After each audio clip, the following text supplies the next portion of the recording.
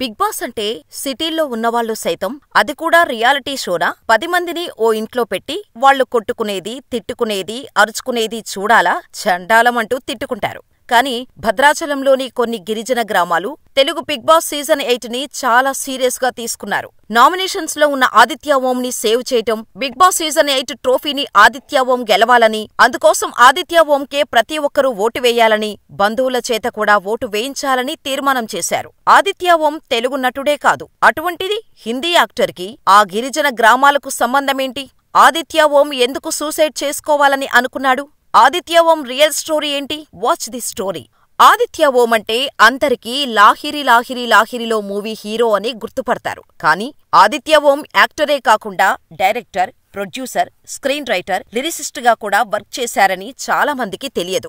Aditya Singh alias Aditya Om October 5న 1975లో కాశీకి దగ్గర్లోని సుల్తాన్పూర్లో పుట్టాడు. ఆదిత్య ఓం నాన్నకు ఎక్కువగా ట్రాన్స్ఫర్స్ అవుతూ ఉండటంతో సొంతూరులో కంటే చుట్టుపక్కల రాష్ట్రాల్లోనే బాల్యం మొత్తం గడిచిపోయింది. ఇక చిన్నప్పటి నుంచే యాక్టింగ్ పై పిచ్చితో, ఎలాగైనా యాక్టర్ అవ్వాలన్న కోరికతో ముంబైకు వచ్చేశాడు ఆదిత్య ఓం. అక్కడ ఓ పక్క సినిమాల కోసం ట్రై చేస్తూనే, మరో పక్క ముంబై యూనివర్సిటీ నుంచి ఇంజనీరింగులో గ్రాడ్యుయేషన్ కంప్లీట్ చేశారు ఆదిత్య. ముంబైకి వచ్చి దాదాపు 4 ఏళ్లయిపోతోంది. కానీ ఎక్కడా సినిమా ఛాన్సులు మాత్రం రావటం లేదు. అన్నింటా అవమానాలే. ఛాన్సుల కోసం ఎక్కడికి వెళ్లినా నీ బ్యాక్గ్రౌండ్ ఏంటి అని క్వశ్చన్ చేసేవారు. దీంతో ఆదిత్య ఓంకి సినీ ప్రపంచం ఎలా ఉంటుందో అర్థమైంది. ఇండస్ట్రీలో ఎవరూ తెలియదు. దీంతో బేసిక్స్ నుంచి స్టార్ట్ చేయాల్సి వచ్చింది. అలా ఫ్రెండ్స్ సహకారంతో ముంబైలోని థియేటర్ ఆర్టిస్టుగా కెరీర్ స్టార్ట్ చేశాడు ఆదిత్య ఓం. నాటకాలు వేస్తున్నప్పుడు ఆదిత్య ఓంని చూసిన ఓ సీరియల్ డైరెక్టర్ తన సీరియల్స్ లో ఛాన్స్ ఇవ్వటంతో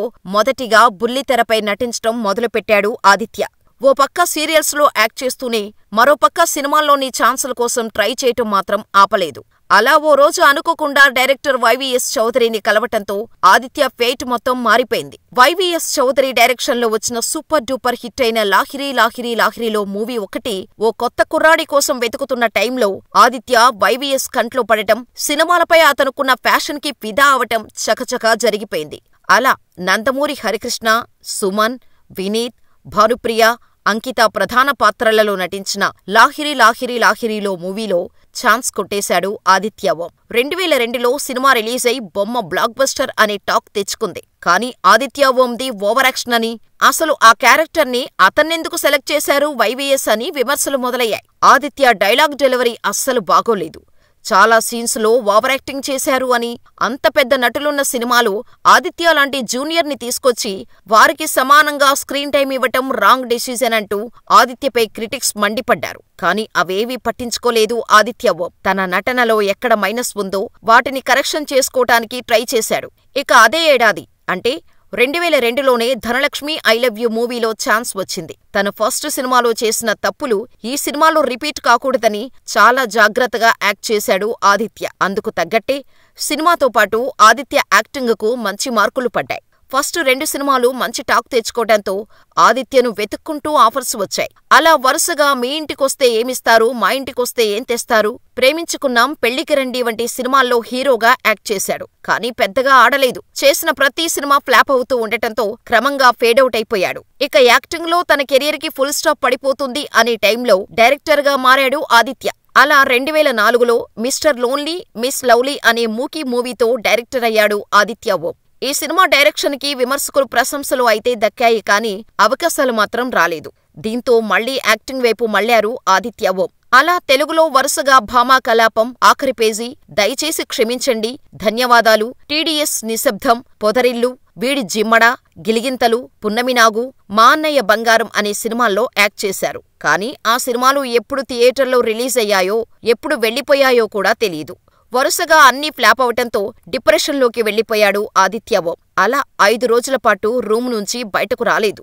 దాదాపు 2 ఏళ్లు ఇంట్లోనే ఉండిపోయాడు. సినిమాలు లేని టైంలో ఒకానొకసారి డిప్రెషన్లోకి వెళ్లిపోయాను. రోజుకు 60 సిగరెట్లు తాగాను. ఆ టైంలో అందరూ లైఫ్లో నెగిటివ్ ఫేస్ చేస్తారు. నేను కూడా చూశాను. నా ఫ్యామిలీ వల్ల ఆ డిప్రెషన్ నుంచి బయటకు రాగలిగాను.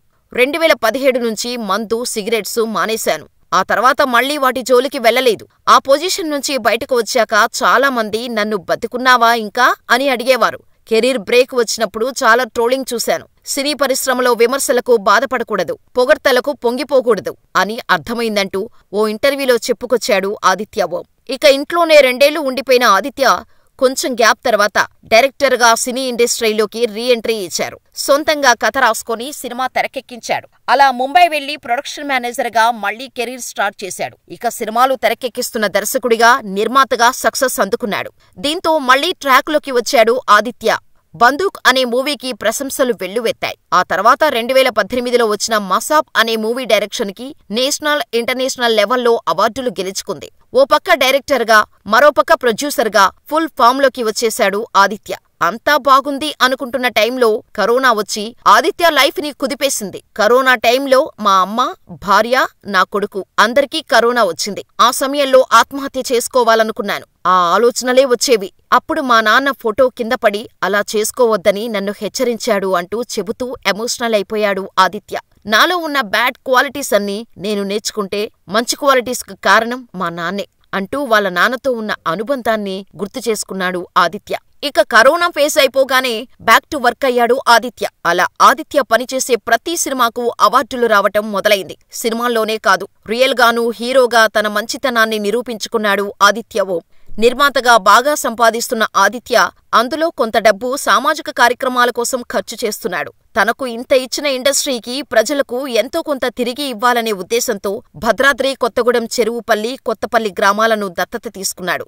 శ్రీమంతుడు సినిమాలో మహేష్ బాబులా ఆదిత్య 3 గ్రామాలను దత్తత తీసుకొని రియల్ హీరో అనిపించుకుంటున్నాడు. 3 గ్రామాలను దత్తత తీసుకొని దాదాపు 500 మందికి సాయం చేశాడు. అంతేకాకుండా అక్కడ పరిసర ప్రాంతాలకు అంబులెన్సు సౌకర్యాన్ని అందుబాటులోకి తీసుకొచ్చి గొప్ప మనసు చాటుకున్నాడు.